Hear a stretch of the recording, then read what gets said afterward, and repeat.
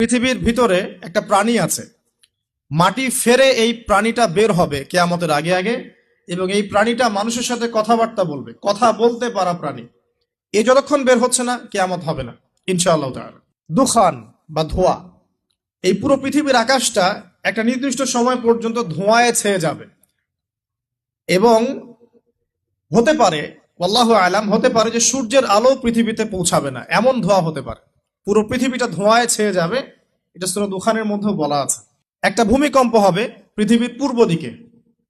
পৃথিবীর পূর্ব দিক মানে এই যে ভারত, পাকিস্তান, বাংলাদেশ, শ্রীলঙ্কা, ইন্দোনেশিয়া, ঠিক আছে, এই সিঙ্গাপুর, এই যে কন্টিনেন্ট মালয়েশিয়া, এটা পৃথিবীর পূর্ব দিক। এদিকে একটা ভূমিকম্প হবে। পৃথিবীর পশ্চিমে একটা ভূমিকম্প হবে। পশ্চিম মানে, পশ্চিম মানে বোঝেন না? পশ্চিমা বিশ্ব না, সৌদি আরব না, পশ্চিমা বিশ্ব, ব্রিটেন, ফ্রান্স,